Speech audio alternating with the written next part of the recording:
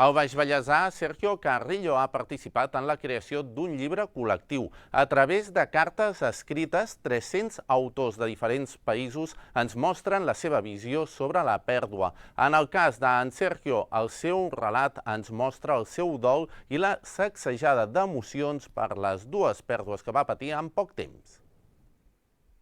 Escriure sobre les emocions i fer-ho a través d'una carta de comiat. Aquest és l'objectiu del llibre Cartes para cuando ya sea demasiado tarde. Es tracta d'una publicació que forma part de l'editorial argentina Orsay, que impulsa el seu curs de formació per aprendre a publicar un llibre on en Sergio hi ha participat. En el seu relat, en Sergio ha plasmat el seu dol per la pèrdua que ha hagut d'enfrontar en la seva vida en poc temps. Que la carta que jo he escrit és molt personal, parlo de pèrdues reals, familiars, doncs toca les emocions i també hi ha una part de que costarà i és difícil. El resultat d'aquesta formació és la publicació del llibre. Per tant, el temps d'escriure la carta és poc, és una carta de 125 paraules, l'he hagut de revisar molt, l'he hagut de rellegir molt.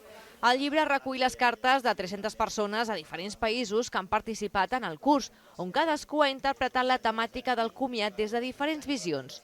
Un llibre col·lectiu, però que cada autor té una edició personalitzada amb una portada i un pròleg escrit per ells mateixos. Hi ha hagut molta gent, de fet podria dir que la majoria, o molta gent ha entès el títol com a un text de pèrdua, de parlar a persones que hem perdut.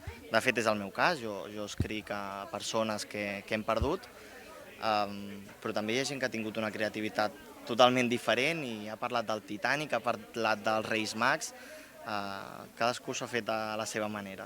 Aquesta experiència l'ha dut a poder tornar a escriure un nou relat. En aquesta presentació a l'establiment Abacus, en Sergio ha anunciat la seva participació en un nou llibre també col·lectiu i de la mateixa editorial. En aquesta ocasió la temàtica serà el futbol i sobre el Mundial que l'Argentina va guanyar a Qatar.